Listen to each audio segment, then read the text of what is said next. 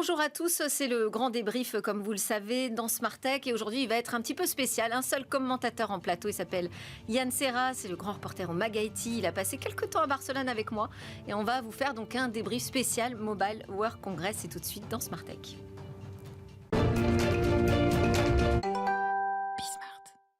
Grand débrief aujourd'hui dédié au Mobile World Congress 2024, le MWC, ça va plus vite quand on le dit comme ça. Et Yann Serra est avec moi aujourd'hui pour commenter toutes les choses qu'on a vues. On en a vu énormément, on va vous passer plein de sujets, plein d'interviews.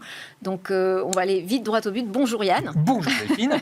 Bon, c'était super, c'est 2 jours qu'on a passé à peu près. Oui, c'était. Mais alors effectivement, le salon est immense et bon. J'ai vu ce qui dépasse, quoi. Voilà, pardonnez-moi si je donne pas les détails précis qu'il y avait au fin fond du salon, mais en tout cas, voilà, on a vu. D'autant que vu la dimension du salon, pour aller au fin fond du salon, ça prend un peu de temps. Ça prenait déjà beaucoup de temps, oui.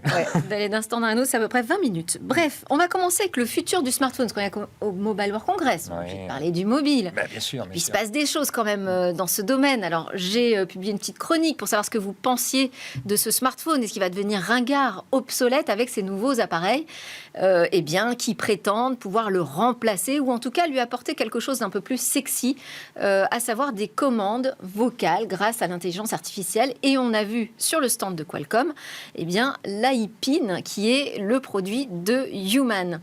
Alors, Human, ce sont les Américains qui ont montré les premiers une vidéo un petit peu spectaculaire d'à quoi ressemblerait peut-être ce futur du smartphone. Donc, dans les allées, je suis allée voir un démonstrateur qui s'avérait être le CTO quand même de Human. Oui.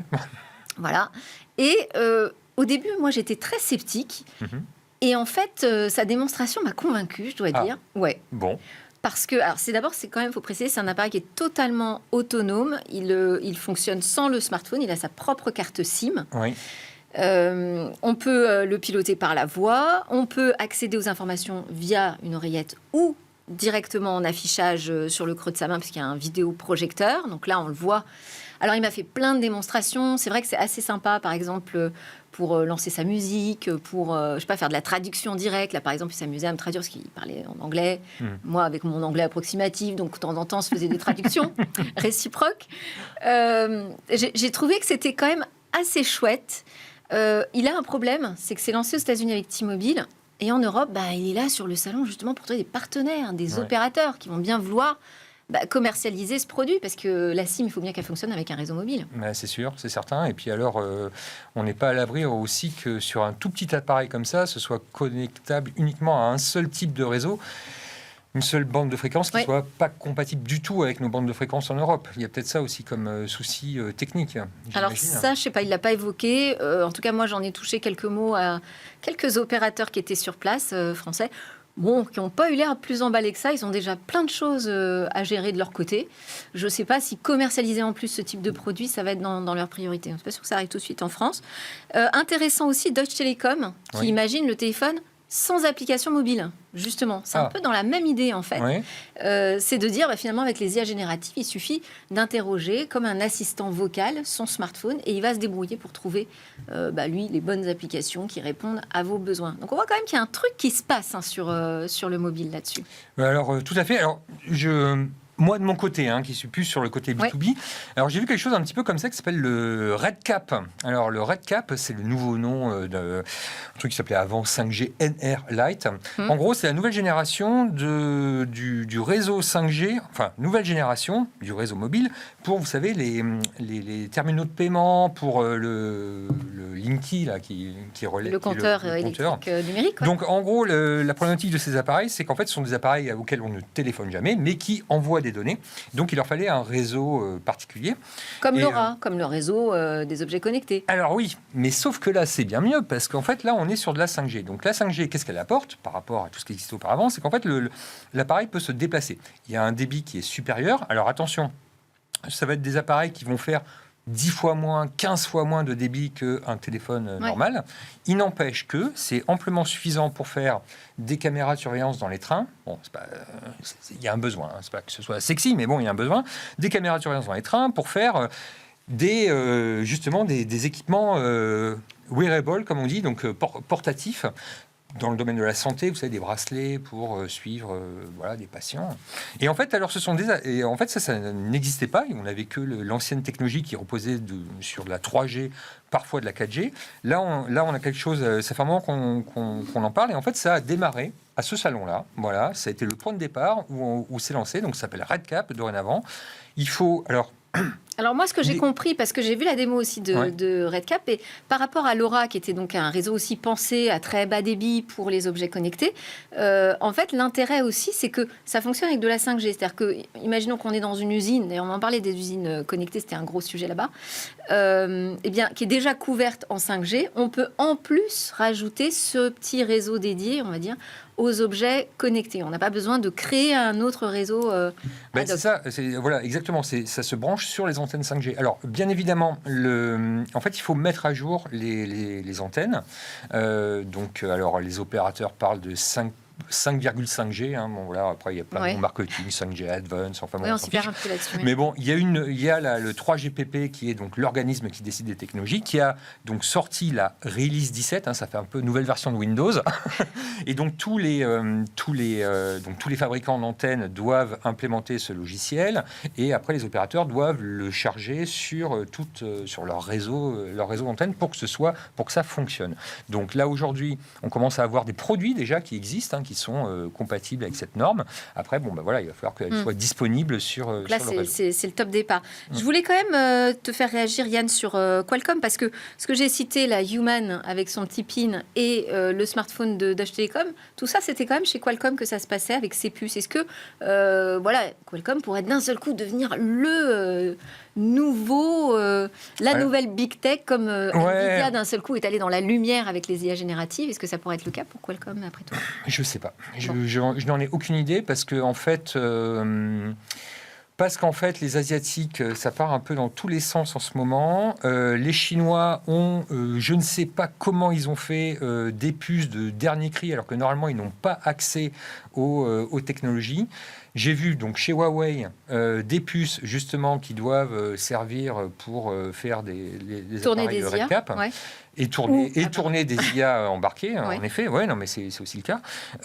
Et en fait, ce sont des puces qui sont incroyablement puissantes, qui viennent de Chine. Alors, après, c'est des Chinois, donc c'est vrai que le marché est un petit peu bloqué en Europe. Mais en ce moment, la techno, elle est partout du côté de ce côté-là. Il y a eu un sursaut. Est-ce que ce sera Qualcomm donc, qui va s'imposer? Là, c'est trop tôt pour le dire. Mais en tout cas, effectivement, il se passe quelque chose. Alors, avant de passer sur les autres sujets, on est toujours sur le futur du smartphone. On a vu des trucs un peu marrants. Par exemple, chez Lenovo, qui présentait un nouveau smartphone Motorola enroulable. Oui. Alors, avec une super démonstratrice alors c'est pas celui-là, voilà, c'est celui-là, avec une super démonstratrice qui nous expliquait comment ça pouvait devenir un bracelet, ou comment, grâce à ce super téléphone, vous alliez pouvoir jouer à puissance 4. Vous savez, puissance 4.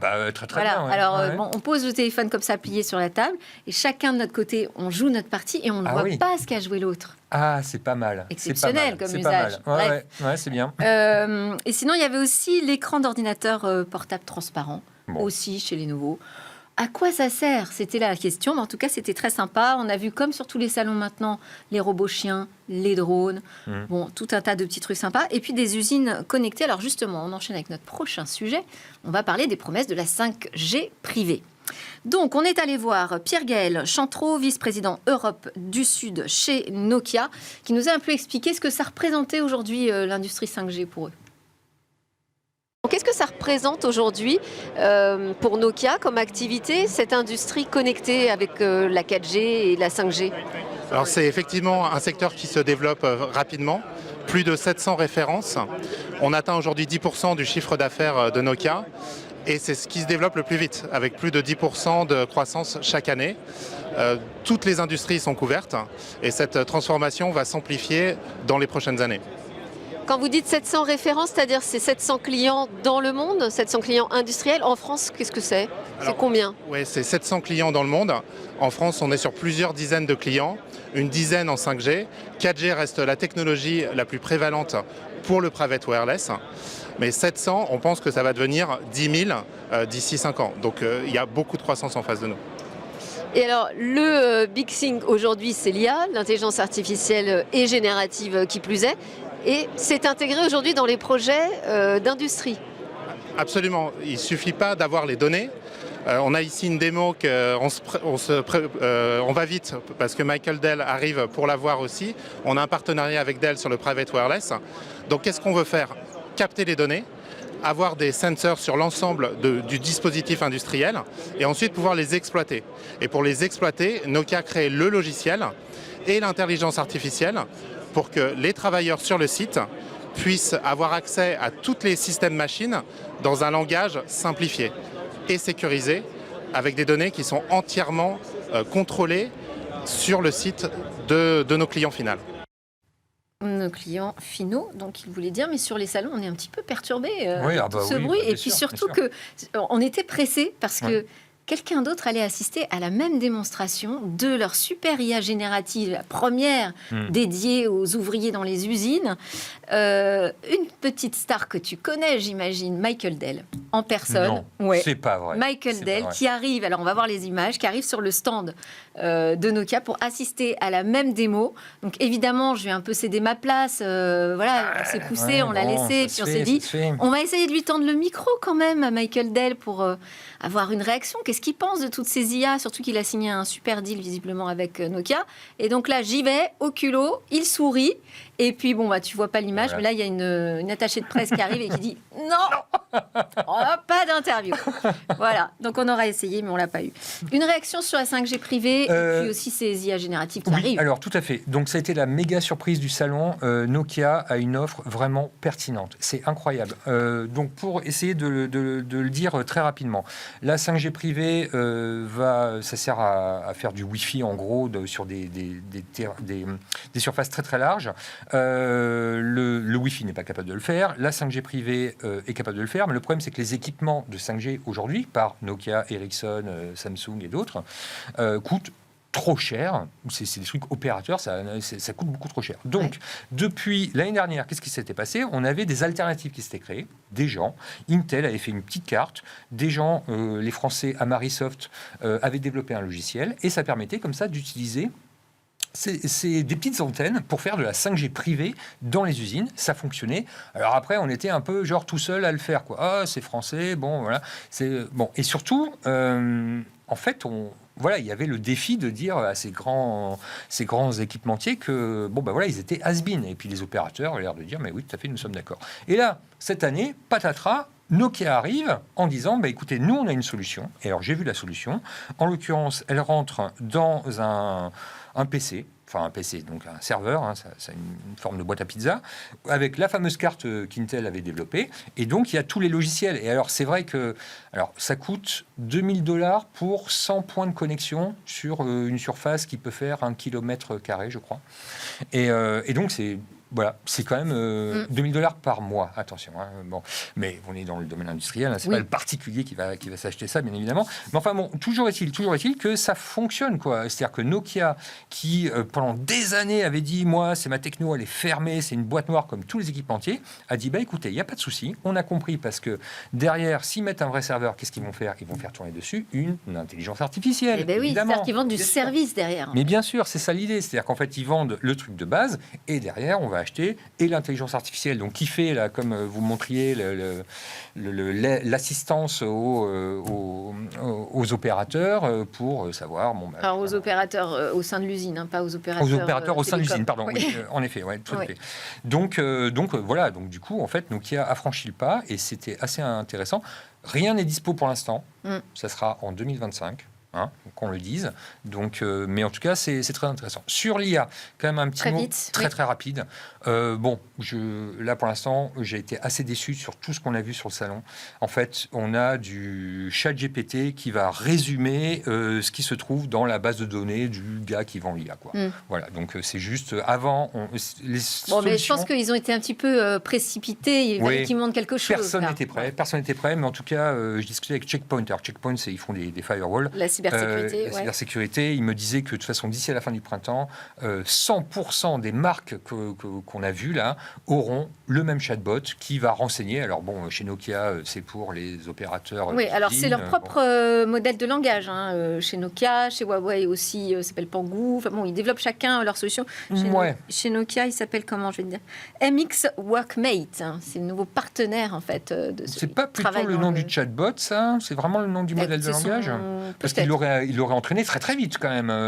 Peut-être. Bon. Tu as peut-être raison, c'est vrai. Pangu chez Huawei, c'est leur LLM en revanche. Ça, je suis formelle. Oui, alors ça, bon, Huawei, on ne sait pas, mais effectivement, ils ont l'air d'être. Ouais, en tout cas, c'est d'avoir des ressources. C'est ce qu'ils m'ont montré. On enchaîne parce qu'on avait une autre star sur le salon. Michael Dell a refusé l'interview, mais Thierry Breton, lui, a accepté. Ah. Alors, on va l'écouter tout de suite. Je voulais déjà avoir votre impression sur le salon. Votre premier regard là sur ce qui se passe sur les stands. On parle beaucoup d'intelligence artificielle, vous l'avez vu. On parle beaucoup d'intelligence artificielle, on parle aussi beaucoup de tout ce qui va nous permettre de bénéficier de tous ces services multiples qui vont être proposés, développés par l'intelligence artificielle, mais aussi toute la connectivité. La connectivité, maintenant, c'est un thème absolument clé. Il faut avoir de la connectivité, il faut aussi avoir des temps de latence de plus en plus courts pour pouvoir bénéficier de tous les services, en particulier pour la santé, en particulier pour la mobilité. Donc tout ça combiné, c'est évidemment extraordinairement dynamique, mais à la base, il faut quoi? Il faut des infrastructures. L'intelligence artificielle, ce sont des supercalculateurs. Ici en Europe, nous avons le plus large réseau de supercalculateurs qui va être mis à la disposition grâce et notamment au travers de l'AI Act, mais aussi de ce que nous faisons à la Commission européenne avec et en partenariat avec les États membres, le plus large réseau de supercalculateurs pour mettre à disposition des startups pour entraîner leur modèle. C'est de l'infrastructure. Pour l'ensemble des services connectés entre autres, eh bien, il faut une infrastructure. C'est ce dont je suis venu parler ce matin ici, à la suite du livre blanc que nous avons proposé, présenté la semaine dernière au sein de la Commission, et qui porte en lui, je dirais, les fondements de ce que devra être un Digital Network Act, c'est-à-dire un nouvel acte réglementaire pour accélérer le déploiement des réseaux de demain, des infrastructures de demain dans lesquelles, vous savez, il y aura de plus en plus de calculateurs, de supercalculateurs, y compris au pied des immeubles, pour pouvoir, ou des usines, ou des hôpitaux, ou des mairies, pour pouvoir bénéficier précisément de tous ces services. C'est de ça dont je suis venu parler. Donc la technologie est là. Il faut maintenant, que nous suivions et que nous mettions les moyens réglementaires et financiers pour qu'elle se déploie. Donc le règlement, la réglementation, c'est un facilitateur? Ça fait partie de l'ensemble. Il faut de l'innovation, il faut du financement, il faut avoir aussi des règles claires pour que précisément tous ceux qui vont vouloir venir contribuer, évidemment les investisseurs privés, viennent le faire ici en toute connaissance de cause. Mon rôle, c'est de donner de la visibilité et de la transparence. Merci. Ah oui, parce que donc il y a une nouvelle réglementation qui va arriver sur les réseaux et Thierry Breton était venu pour présenter un peu plus en détail son livre blanc autour des infrastructures européennes, plaidant pour un marché unique et il espère que ça va influencer demain le Digital Network Act, mais bon, il va y avoir entre-temps des élections européennes, donc c'est pour le moins incertain. Faut noter quand même que sa présence aussi a été accompagnée d'une actualité puisque Orange a obtenu l'autorisation de fusionner d'acquérir n'importe quoi un opérateur, son rival, l'équivalent d'Orange, mais en Espagne, ce qui lui donne les moyens là, justement, de travailler plus au coude à coude face à Telefónica en Espagne. Et puis on a Free, qui n'était pas sur Mobile World Congress, mais bon, qui a quand même fait une annonce d'acquisition aussi de Tele2, donc opérateur majeur en Suède. On voit qu'on avance quand même, alors lentement, mais vers une consolidation du marché qu'appelle de ses voeux Thierry Breton. Alors écoutez, moi je vais vous faire de la politique fiction parce qu'en fait, à ce stade, je ne sais pas ce qu'il faut en penser. Lors d'un salon précédent qui avait lieu en décembre en Lettonie, qui s'appelle 5G Techritory, j'ai vu arriver des places de marché, c'est-à-dire qu'en fait, demain, ce qu'on nous prépare, c'est un petit peu la même chose que ce qui se passe aujourd'hui sur le marché de l'électricité en Europe. Plein d'acteurs qui vont se greffer sur les réseaux publics pour vendre de la connectivité. Par exemple, aujourd'hui, quand vous allez dans un hôtel, on vous dit, bon ben voilà, vous avez le Wi-Fi, ici c'est tant, vous allez au resto, c'est un autre Wi-Fi, bon voilà. Demain, en fait, tous ces Wi-Fi seront fédérés. On explique que ça va permettre à l'hôtel de revendre sa bande passante, il va pouvoir gagner de l'argent sur la bande passante qu'il loue chez l'opérateur.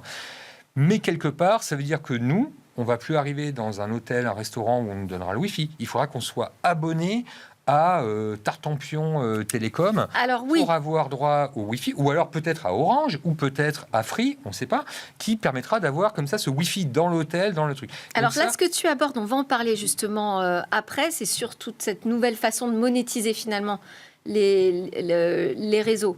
Ouais. On va peut-être enchaîner d'ailleurs. allez, enchaînons. Si ça te va. Ouais, ouais. Parce que je voulais, avant qu'on fasse un petit point justement sur notre souveraineté technologique européenne, Ah, ben oui. est-ce qu'on a vu des choses au Mobile Ouais. World Congress là-dessus? Parce qu'on ne fait que parler d'acteurs comme ça et on ne sait pas. Alors, on est allé voir Jean-Paul Smets, évidemment, qui vient régulièrement dans Smart Bien Tech sûr. nous parler du monde du libre et de l'open source, qui est sur place, et on lui a demandé pourquoi il y était et qu'est-ce qui se passait autour de cette question de souveraineté. Ce qui les attire, les gens qui viennent ici, donc ce sont plutôt des chercheurs de nouvelles techno radio. Ce qui les attire, c'est l'open source. Est-ce que l'open source, voilà, c'est quelque chose aujourd'hui qui a une place importante, tu dirais, sur Mobile World Congress? Alors le libre, ils s'en fichent complètement. C'est pas du tout ce qui les intéresse. Ce qu'ils veulent plutôt, c'est des nouvelles technologies en 5G ou en radio ou en Edge ou en IA. Et après, il y a cependant une espèce de tendance à vouloir devenir indépendant des Ericsson, Huawei, ZTE, Nokia, à vouloir mieux contrôler les prix, mieux interfacer les choses, parce que les opérateurs sont coincés entre des clients qui payent toujours moins et des équipementiers qui facturent toujours plus. Et donc, ils cherchent un peu à sortir de ce cercle infernal, et c'est pour ça qu'ils s'intéressent à des gens comme nous. Mais tu parles de transfert de technologie, en fait. C'est ça que tu proposes avec du matériel libre? C'est ce qu'on fait, nous, c'est-à-dire que notre stratégie, c'est dire qu'il y a des gens dans les opérateurs qui ont envie de fabriquer eux-mêmes leurs infrastructures, comme ça se faisait en France il y a longtemps. On voit ça au Vietnam ou en Turquie. Et donc, nous, on leur donne toutes les recettes pour fabriquer, déployer le logiciel, adapter le logiciel, former une équipe qui va devenir indépendante pour qu'en gros, ils deviennent leur propre équipementier en 3 à 6 mois. Un commentaire? Oui, bah, c'est ce que je disais tout à l'heure sur Nokia. C'est-à-dire qu'en fait, alors c'est génial ce que fait Rapid Space, parce qu'en fait, ils ont démocratisé la 5G privée. C'est incompréhensible parce que personne n'a voulu l'acheter en France, parce que c'était trop petit. Mais ils vendent beaucoup en Asie, il fait fortune là-bas. En revanche, voilà, on attendait qu'ils dépassent le plafond de verre pour vendre en France et puis ailleurs en Europe. Et là, donc, moi, je pense que Jean-Paul a du souci à se faire avec Nokia, justement, qui arrive. Alors, en même temps, c'est bien d'avoir de la concurrence et de c'est très prouver bien. qu'il y a C'est très vraiment bien. un marché. Non, mais tout à fait, tout à fait. Alors Nokia, ça reste beaucoup plus cher que ce que propose Rapid Space, mais bon, en même temps, on voit que les deux mondes se rejoignent. Donc voilà, il va y avoir. Je pense que la 5G privée, ça va devenir assez tumultueux en effet dans les prochains mois. Allez, on enchaîne avec la monétisation de la 5G. On a posé la question à Christian Léon, le directeur général d'Ericsson France. Alors, chez Ericsson, un des grands sujets, c'est comment faire pour monétiser la 5G. Ça, c'est une préoccupation d'Ericsson ou des opérateurs? C'est une préoccupation des opérateurs et de Ericsson. Si on va sur le stand Ericsson, c'est le thème principal. Avec cette année, un élément majeur, c'est qu'on essaie d'inviter aussi les développeurs d'applications pour consommer des API sur les réseaux. Et c'est vraiment la différence par rapport aux autres Mobile World Congress des autres années. Est-ce que vous pouvez nous donner un exemple, Christian, justement, d'un moyen dont pourront se saisir les opérateurs pour monétiser demain ces réseaux 5G qui sont très onéreux? Alors un des éléments, c'est de différencier la qualité du réseau qu'on nous fournit. Par exemple, on est sur une session Teams au travail, malheureusement, en mobile, et on veut se différencier en termes de qualité de service. Avec de la 5G, on est capable de créer une tranche virtuelle pour faire de la différenciation de qualité. Et alors ça, ce type de service différencié, où on va vraiment acheter de la qualité réseau en tant qu'utilisateur, ça pourrait arriver en France rapidement, selon vous? Alors la 5G différenciée sur les parties industrielles, c'est maintenant. Bouygues, par exemple, a lancé son offre il y a quelques semaines avec des tranches virtuelles. Pour le grand public, ça va être cette année et l'année prochaine où on va pouvoir justement avoir de la qualité différenciée d'un point de vue grand public utilisateur. Et est-ce que la 6G, c'est un sujet pour cette édition? Ou on se dit, bon, là, vraiment, on a le temps? La 6G, c'est horizon 2030. Si vous regardez sur le stand Ericsson, c'est beaucoup de recherche, beaucoup de développement, recherche derrière. C'est horizon 2030, donc on n'y est pas encore, on va parler 5G. Ah bah oui, on va parler 5G. Ah oui, ouais. Bon, Bah, et l'enjeu de la monétisation, très important. Alors, d'ailleurs, je fais un petit teaser, une petite chronique sur cette question, parce que nous, derrière les utilisateurs, les consommateurs, évidemment, Oui. ça va peut-être changer la manière dont on paye nos forfaits et les services. Je voulais qu'on enchaîne, parce qu'on n'a plus beaucoup de temps, avec... la fibre optique était présente au Mobile World Congress. Oui. Et ça, c'est un truc assez inattendu. Oui. Et il y a eu notamment une annonce sur le FTTR si je ne me trompe pas. Donc, en vrai, c'est la fibre jusqu'à la pièce, jusqu'à chaque pièce de notre maison. On écoute tout de suite un opérateur, le premier à lancer cette offre de manière commerciale. Simple box Wi-Fi aujourd'hui, ça suffit pas. Donc, il faut pouvoir tirer cette fibre optique à l'intérieur de la maison, qui sera ensuite relayée par des dispositifs Wi-Fi finalement. Mais donc, je reviens à ma question. Combien vous facturez cette installation? Faire une étude, j'imagine, déjà au cas par cas. Et ensuite, combien ça coûte au total? Voilà, alors excusez-moi, je suis parti loin, mais j'y reviens. Donc, on fait un diagnostic généralement. C'est-à-dire que dans cette deuxième phase, j'ai d'abord ma box FTTR Ready qui couvre beaucoup plus qu'avant. Peut-être que ça va suffire. Auquel cas, on n'a pas besoin de se lancer dans la deuxième phase. C'est pour ça que je le précisais. C'est-à-dire que ça ne concerne pas que 2, 3, 4, 5% de notre base. Ça concerne 100% de nos clients. Et puis ensuite, le client, lui, va pouvoir voir et se dire, tiens, j'ai effectivement un besoin supplémentaire. Et dans ce cas-là, il fait appel à nous. Et là, on envoie un technicien expert qui vient faire une expertise et qui, avec l'utilisateur, avec le chef de famille, va déterminer quels sont les endroits où on veut de la bande passante et quel type de bande passante.